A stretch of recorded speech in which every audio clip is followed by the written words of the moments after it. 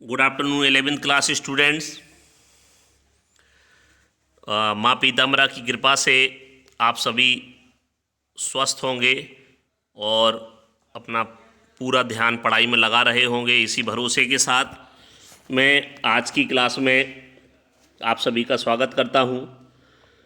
तो आज हम क्लास में chapter 4 that mean chemical bonding and molecular structure पर डिस्कशन कर रहे हैं। काफ़ी दिनों से हम ये चैप्टर पढ़ रहे हैं, चूँकि ये चैप्टर बड़ा भी है तो बहुत बहुत बहुत इम्पोर्टेंट है। तो आज की क्लास को आगे बढ़ाने से पहले मैं आपसे बात करूं कि अभी तक हमने इसमें केमिकल बॉन्ड्स क्या होते हैं, कितने तरीके के बॉन्ड होते हैं, उनके कैरेक्टर्स क्या हैं, इलेक्ट्रॉनिक कॉन्फ़िगरेशन क्या है, इसके अलावा लुईस डॉट स्ट्रक्चर क्या होता है, कॉसेल लुईस स्ट्रक्चर क्या है, ठीक है। इन सभी बिंदुओं पर हमने चर्चा की बारी बारी से। आज हम डिस्कशन करने जा रहे हैं about the structure determination by VSEPR theory, कि जो वेस्पर थ्योरी है, valency shell electron pair repulsion theory, इसके सहयोग से, इसके द्वारा हम डिफरेंट मॉलिक्यूल के स्ट्रक्चर का डिटर्मिनेशन कैसे करते हैं। तो देखिए, जैसा कि आप देख पा रहे होंगे, अमोनिया एग्जाम्पल के तौर पर लिया गया, जिसमें कि 3 बॉन्ड पेयर हैं। जो बॉन्ड पेयर हैं वो कहाँ से बने हैं, कौन से हैं बॉन्ड पेयर? तो नाइट्रोजन और हाइड्रोजन के 3 एटम के साथ, एक नाइट्रोजन और 3 हाइड्रोजन के साथ जो NH बॉन्ड बने हुए हैं। मार्क करूं अगर आपको, एक ये बॉन्ड हो गया, एक ये बॉन्ड हो गया, एक ये बॉन्ड हो गया। तो जो 3 NH बॉन्ड हैं वो बॉन्ड पेयर की तरह बिहेव करेंगे, और जो नाइट्रोजन के ऊपर एक पेयर ऑफ इलेक्ट्रॉन पाया जाएगा उसे हम लॉन पेयर कहेंगे, क्योंकि हम सबको पता है इलेक्ट्रॉनिक कॉन्फ़िगरेशन नाइट्रोजन का क्या होगा, 1s2 2s2 और 2p3। तो जो 2p3 के 3 इलेक्ट्रॉन है, ये तो हाइड्रोजन के साथ बॉन्ड बनाने में इन्वॉल्व हो गए। आउटर मोस्ट सेल के एस सब सेल में जो इलेक्ट्रॉन का पेयर है, दैट मीन 2s2, वो लॉन पेयर की तरह बिहेव करेगा।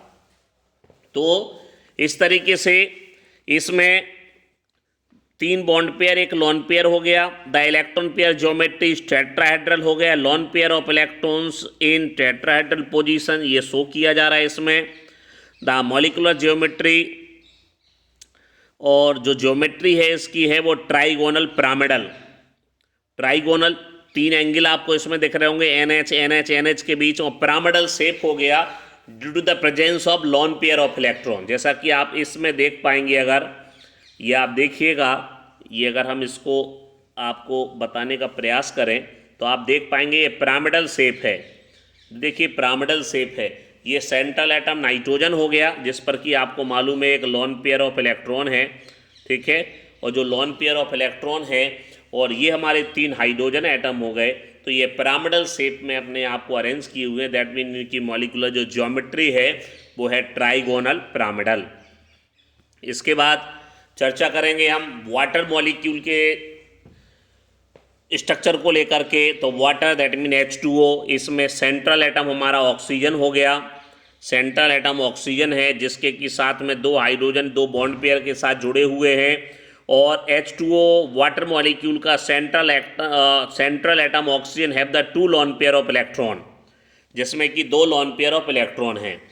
The electron pair geometry tetrahedral हो गई। ये देखिए सेंट्रल एटम ऑक्सीजन हुआ, इसके साथ में 2 ऑक्सीजन जुड़े हुए हैं। बैंड शेप हो जा रहा है due to the presence of 2 lone pair of electrons. Lone pair of electron की वजह से ये बैंड शेप में हो गया, झुकावदार हो गया। तो इसमें 2 बॉन्ड पेयर हैं जो कि ऑक्सीजन और हाइड्रोजन के बीच में बने हुए हैं, और 2 लॉन पेयर हैं जो कि हमारे सेंट्रल ऑक्सीजन एटम के ऊपर है, ठीक है।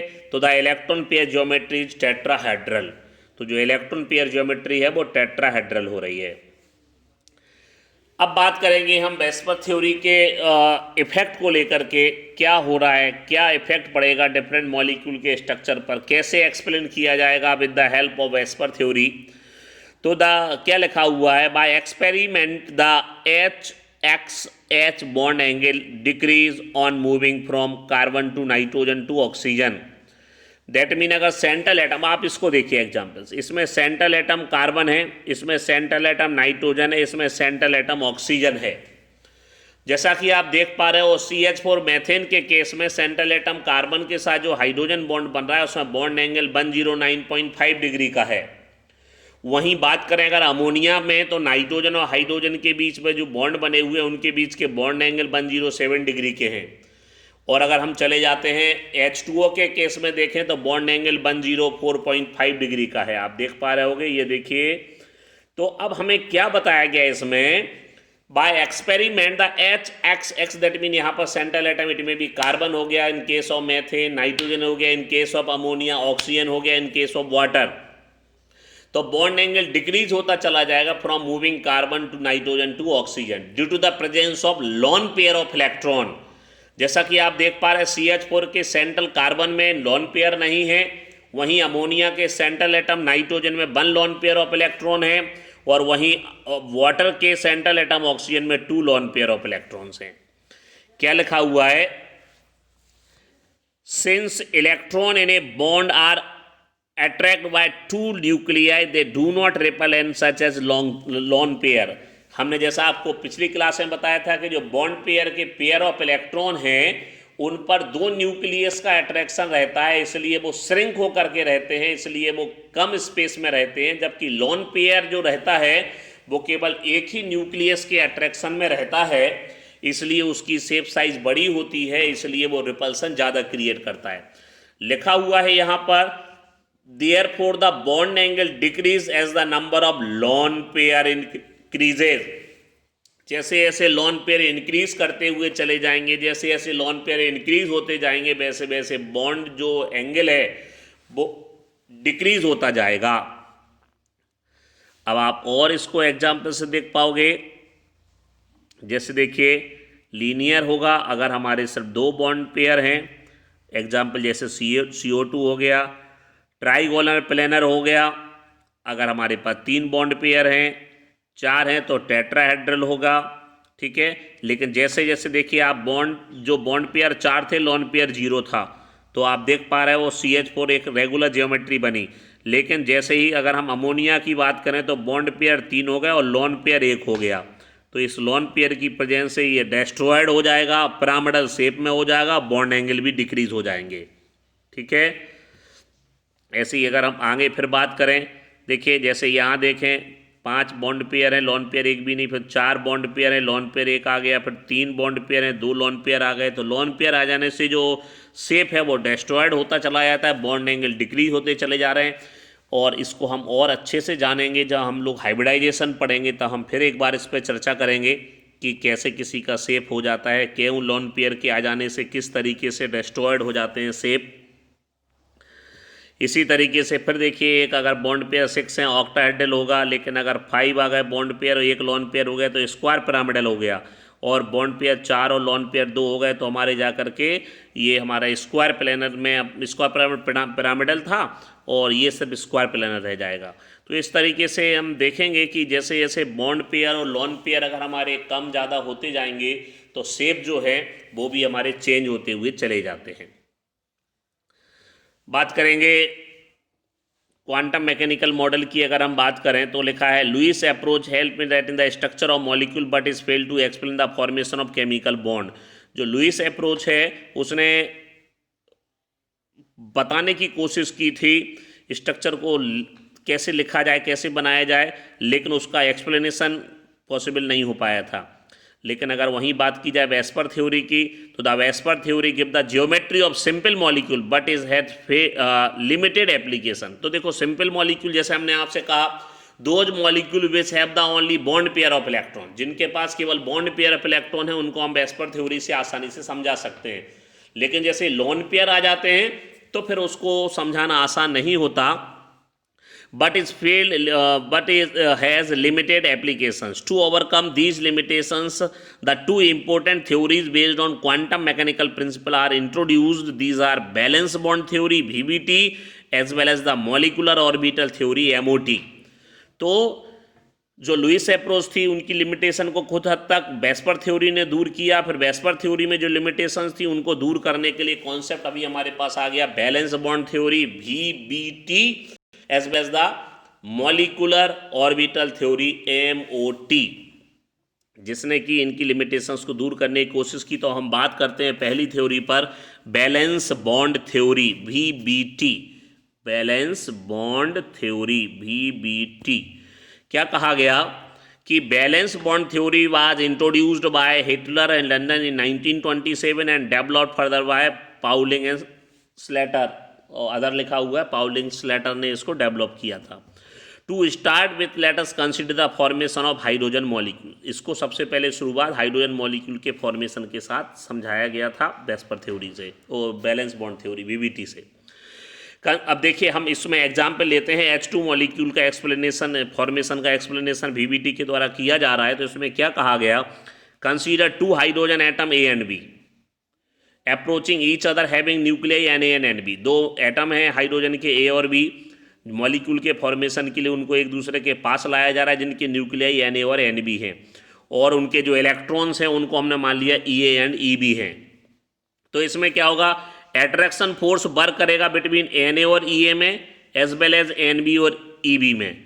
लेकिन अगर हम रिपल्सन की बात करें तो रिपल्सन फोर्स जो होगा वो हमारा, जैसे आप इसी को देखिए क्या लिखा है, अट्रैक्शन फोर्स कहाँ कहाँ बता रहे हैं अभी, पहले Na और Ea में अट्रैक्शन होगा बिकॉज न्यूक्लियस है और इलेक्ट्रॉन है, और ऐसे ही न्यूक्लियस लिखा है, nucleus of one atom and it's on electron, उसी का न्यूक्लियस उसी के इलेक्ट्रॉन को अट्रैक्ट करेगा, या किसी का न्यूक्लियस दूसरे के इलेक्ट्रॉन को अट्रैक्ट करेगा। तो यहाँ पर 2 तरीके के तो अट्रैक्शन हो सकते हैं, जो कि क्राइटेरिया है न्यूक्लियस और इलेक्ट्रॉन के बीच। अब ऑप्शन 2 है कि उसी एटम का न्यूक्लियस अपने ही इलेक्ट्रॉन से, या एक एटम का न्यूक्लियस दूसरे के इलेक्ट्रॉन से। तो इस तरीके से 2 टाइप के तो यहाँ अट्रैक्शन फोर्स वर्क कर रहे हैं। अब हम बात करते हैं रिपल्सिव फोर्स की, तो इसी तरीके के 2 हमारे रिपल्सन फोर्स वर्क करेंगे, एक इलेक्ट्रॉन का, एक एटम के इलेक्ट्रॉन का दूसरे एटम के इलेक्ट्रॉन से, और एक एटम के न्यूक्लियाई का दूसरे एटम के न्यूक्लियाई से। तो इस तरीके से ये हमारे अट्रैक्शन फोर्स और साथ साथ रिपल्सन फोर्स वर्क करेंगे। लिखा हुआ है, attractive forces tend to bring the 2 atoms close to each other whereas repulsive force tends to push them apart. सब जानते हैं कि अट्रैक्शन फोर्स ये चाहता है कि न्यूक्लियस जो एटम है वो एक दूसरे के पास आ जाएं, और रिपल्सन फोर्स चाहता है कि वो एक दूसरे से दूर चले जाएं। लेकिन जीत उसकी होगी जो पावरफुल होगा। अगर when the attraction force greater as compare to repulsive force then they are closer to each other and bond are form. अगर उनमें अट्रैक्शन फोर्स ज़्यादा है रिपल्सन के कंपैरेटिव, तो वो एक दूसरे के क्लोज आ जाएंगे और बॉन्ड का फॉर्मेशन हो जाएगा। लेकिन अगर रिपल्सिव फोर्स ज़्यादा है अट्रैक्शन के कंपैरेटिव, तो फिर वो आप एक दूसरे के पास नहीं आएंगे और बॉन्ड का फॉर्मेशन नहीं होगा। क्या लिखा है, attractive forces tend to bring the 2 atoms close to each other whereas repulsive forces tend to push them apart। ठीक है, वो एक दूसरे से दूर करने के लिए बात करेंगे। तो अब देखो यहाँ अगर हम इसको ग्राफिकल रिप्रेजेंटेशन दें तो देखिए क्या लिखा गया है, पोटेंशियल एनर्जी ले ली यहाँ पर, और ये इंटर न्यूक्लियर डिस्टेंस ले ली। ठीक है, तो जब इन एक दूसरे के पास ला जाएगा, जब एक दूसरे के पास बहुत ज़्यादा पास आ जाएंगे तो भी उनमें रिपल्सन होगा, बहुत ज़्यादा दूर रहेंगे तो भी बॉन्ड का फॉर्मेशन नहीं होगा। दैट मीन एक पर्टिकुलर कंडीशन ऐसी होना चाहिए, एक पर्टिकुलर डिस्टेंस ऐसी होगी 2 एटम के न्यूक्लियस के बीच में जिसमें कि रिपल्सन फोर्स ज़्यादा होगा, सॉरी अट्रैक्शन फोर्स ज़्यादा होगा, रिपल्सन फोर्स कम होगा। लिखा हुआ है व्हेन हाइड्रोजन डिस्टेंस जो रहेगी 74 पिकोमीटर अगर रहे तो रिपल्सन इज इक्वल टू क्या हो जाएगा, अट्रैक्शन हो जाएगा। तो स्ट्रॉन्गेस्ट बॉन्ड बनेगा, ठीक है, ऑप्टिमल ओवरलैप होगा और लोएस्ट एनर्जी होगी। तो ये जो यहाँ पर दिखाया जा रहा है 74 पिकोमीटर पर, मतलब बहुत दूर होंगे एटम एक दूसरे के तो अट्रैक्शन नहीं होगा, बहुत पास हो जाएंगे तो फिर रिपल्सन फोर्स वर्क करने लगेगा। दैट मीन 2 एटम जिनके बीच में बॉन्ड बनना है उनको एक दूसरे से एक पर्टिकुलर डिस्टेंस पर रहना चाहिए, वही डिस्टेंस उनकी बॉन्ड लेंथ कहलाती है, और वो डिस्टेंस ऐसी होना चाहिए जिस पर कि मैक्सिमम अट्रैक्शन हो, मिनिमम रिपल्सन हो, देन बॉन्ड का फॉर्मेशन हो जाएगा। ठीक है, तो देखो लिखा हुआ है कि रिपल्सन लार्ज ओवरलैप बहुत पास आ गए तो रिपल्सन होगा, और अगर यहाँ पर बहुत दूर दूर रहे तो भी उतना ज़्यादा अट्रैक्शन नहीं होगा, लेकिन इक्विलिब्रियम स्टेट पर अगर रहेंगे तब जाकर के उनमें रिपल्सन फोर्स जो है, अभी इस अगले में देखिए अलग अलग कंडीशन दी हुई है, ठीक है। मोर देन 74 पिकोमीटर रहेगा, ठीक है, या फिर 74 ही रहेगा, या फिर लेस देन 74 रहेगा। तो तीन कंडीशंस के साथ में आप देख पाओगे, तीनों की कंडीशन दी हुई है कि अगर 74 है तो स्ट्रॉन्ग बॉन्ड होगा, ठीक है, अधिकतम ओवरलेप होगा, लोएस्ट ओवरलेपिंग पढ़ेंगे अभी हम, ठीक है, कवरिंग द एटॉमिक ऑर्बिटल, एक एटॉमिक ऑर्बिटल को दूसरे से कवर अप कर लें, लोएस्ट एनर्जी होगी। लेकिन अगर जो डिस्टेंस है वो मोर देन है 74 से, तो वीक बॉन्ड बनेगा और लिटिल ओवरलेपिंग होगी और एटम्स कम क्लोजर रहेंगे, आएंगे और आ सकते हैं। इसके बाद अगर लेस देन 74 डिस्टेंस रहेगी तो भी क्या होगी, मैक्सिमम रिपल्सन होने लगेगा। तो एक पर्टिकुलर डिस्टेंस एक रहती है जिसको कि बॉन्ड लेंथ कहते हैं, जिसमें कि मैक्सिमम अट्रैक्शन और मिनिमम रिपल्सन होना चाहिए। अब अपना कॉन्सेप्ट आ गया यहाँ पर orbital overlap concept. Orbital overlap that mean, अगर हमने आपसे कहा एक एटॉमिक ऑर्बिटल ये है और दूसरा एटॉमिक ऑर्बिटल आकर के इसको कवर अप कर ले, इसको घेर ले, ठीक है, तब इस तरीके के एक एटॉमिक ऑर्बिटल द्वारा दूसरे एटॉमिक ऑर्बिटल को कवर करना ओवरलैपिंग कहलाता है। क्या लिखा है, in the formation of hydrogen molecule there is a minimum energy state when two hydrogen atoms are so near that their atomic orbital undergo partial interpretation.